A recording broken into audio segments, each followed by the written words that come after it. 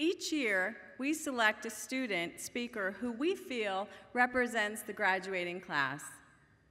Our student speaker today exemplifies the qualities that our graduates possess, namely resiliency when the road is long, determination when navigating the twists and turns of life, a desire to do what is necessary to reach their goal, and a willingness to help others navigate their own path.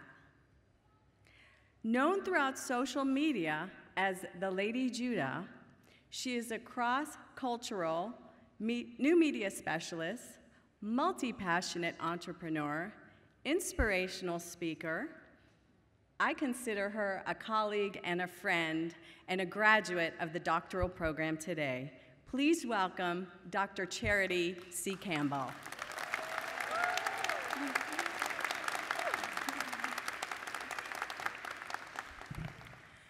Good morning, fellow graduates, and family and friends who are here to celebrate with us. I first want to say thank you to President Hurst for this wonderful opportunity, and Dr. Johnson, and all of our CTU faculty and staff. And I'd also like to include my dissertation chair members, Dr. 𝗥𝗘𝗔𝗗, Dr. Kennedy Maranga, and Dr. Daphne DePorres. I'd like to acknowledge my parents and my family who instilled in me since birth that I could do and be anything that I was created to be. In 1993, as an American advertising campaign, "Got Milk" was a slogan that was created to encourage the consumption of cow's milk. Well, today my task is just a little bit different. However, my question is the same.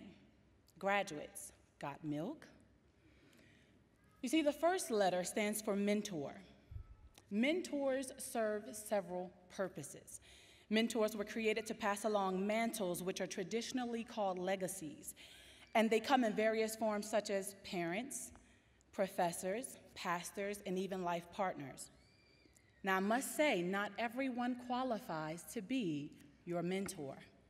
Just because someone may have had experience does not mean that they're qualified to leave a deposit in your lives. Mentors help you create magical moments. And my magical moments with CTU for the last 3 years can be all traced back to a mentor.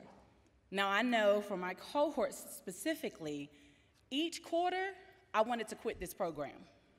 I can't speak for everybody, but I know for me, mentally, I did. I was on the ledge. However, mentors and guardian angels such as Dr. Ray Denise Madison, my CTU mom, Dr. Dave Levy, Dr. Kennedy Maranga, Dr. Sean P. Richmond, Dr. 𝗥𝗘𝗔𝗗, and the greatest dissertation mentor ever, Dr. Daphne DePorres, they all saw potential in me when I did not have the patience to see it myself. You see, these mentors, now colleagues, helped push me further into my God-given destiny. Now, how many of you know, and this is for everybody, not just the graduates, but how many of you know that there is a difference between potential and patience? You know that, right? Especially the graduates. You see, there are so many people in the world who have great potential, yet they have little to no patience to see it realized. Now, like many of you, I know that for me, if I could have had this title as doctor without the last 3 years and all of the work, I would have been fine with that. But in the words of one of my favorite commercials, that's not how this works. That's not how any of this works. You see, having a mentor and intentionally investing in myself is what made the difference, which brings me to my next letter, I, investments. See, what you got out of this program is exactly a direct result of what you put into it. Now, let's be honest.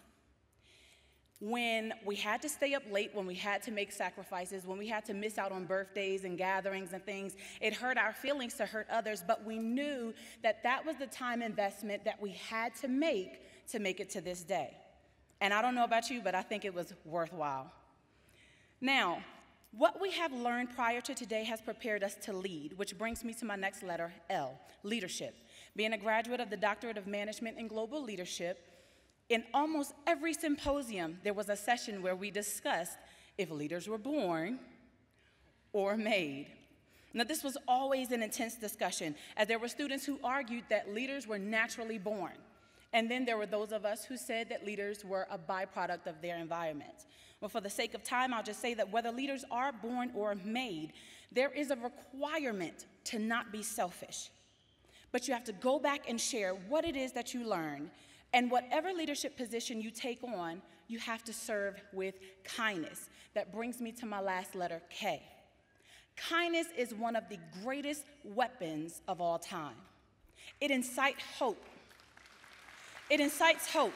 It instills love. And it simply lets others know that you care. Kindness, along with effective communication with our professors and our colleagues, flexibility, patience, and humility is what brought us to this moment of celebration. So, M, mentors. I, investments. L, leadership. And K, kindness. Milk. Fellow graduates, as we move forward, please understand that not everyone can stomach the milk that you have to offer.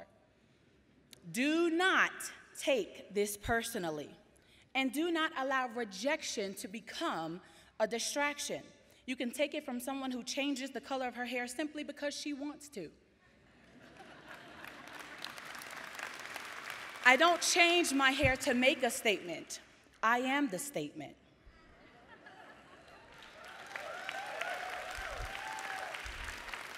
You see, some people can't handle whole milk, so they need skim milk. They need 1 or 2%.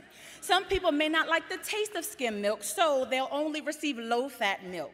And then you'll have those who are just lactose intolerant, where no matter what type of milk you have to offer, they will not be able to internally digest what you bring to the table. So you may have to give them almond milk, or you may have to give them coconut milk, or you may have to give them cashew milk. But regardless, you still bring the milk. And understand, my friends, that it is perfectly okay if someone doesn't receive you.